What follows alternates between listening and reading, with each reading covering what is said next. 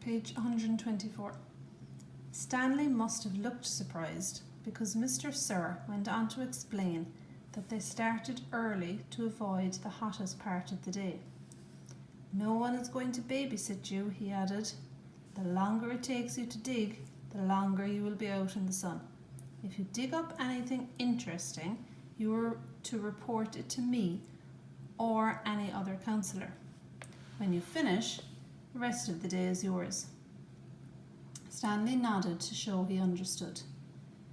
This isn't a Girl Scout camp, said Mr. Sir. He checked Stanley's backpack and allowed him to keep it. Then he led Stanley outside into the blazing heat. Take a good look around you, Mr. Sir said. What do you see? Stanley looked out across the vast wasteland. The air seemed thick with heat and dirt. Not much, he said, then hastily added, Mr. Sir.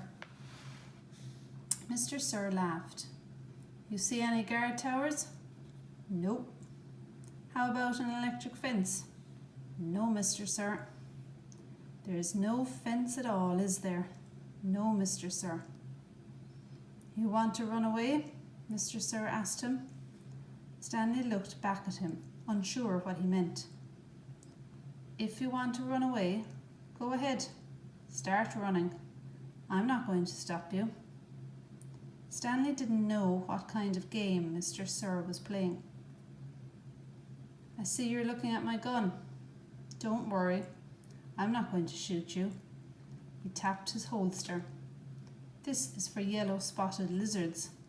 I wouldn't waste a bullet on you. I'm not going to run away, Stanley said. Good thinking, said Mr. Sir. Nobody runs away from here. We don't need a fence. Know why?